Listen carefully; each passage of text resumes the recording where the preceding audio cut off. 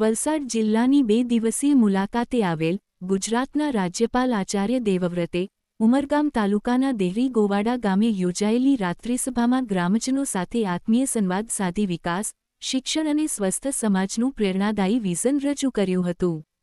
ગ્રામ કલ્યાણ કાર્યક્રમ અંતર્ગત યોજાયેલી આ રાત્રિસભામાં રાજ્યપાલશ્રીએ વ્યસનમુક્તિ, સ્વચ્છતા, વૃક્ષારોપણ અને ગુણવત્તાયુક્ત શિક્ષણને ગ્રામ વિકાસના મુખ્ય આધારસ્તંભ ગણાવ્યા હતા.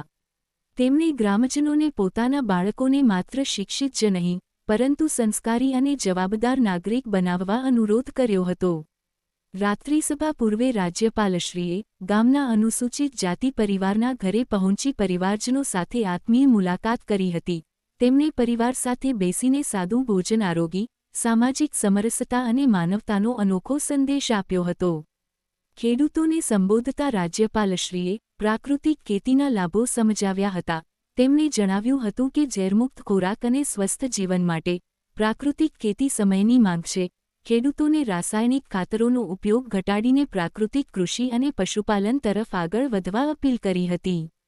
દેશહિતના મુદ્દે તેમણે ડીઝલ પેટ્રોલના સંયમિત ઉપયોગ અને સામૂહિક પરિવહનને પ્રોત્સાહન આપવા પણ અનુરોધ કર્યો હતો. સમગ્ર કાર્યક્રમ દરમિયાન ગ્રામજનોમાં ઉત્સાહ જોવા મળ્યો હતો અને રાજ્યપાલશ્રીના સંદેશને સૌએ આવકાર્યો હતો. આ પ્રસંગે જિલ્લા પંચાયત પ્રમુખ, સ્થાનિક ધારાસભ્ય, જિલ્લા વિકાસ અધિકારી, વિવિધ વિભાગોના અધિકારીઓ તેમજ મોટી સંખ્યામાં ગ્રામજનો ઉપસ્થિત રહ્યા હતા. રાજ્યપાલશ્રીની આ મુલાકાત ગ્રામ વિકાસ, સામાજિક સમરસતા અને પ્રાકૃતિક જીવનશૈલી માટે પ્રેરણારૂપ બની હતી.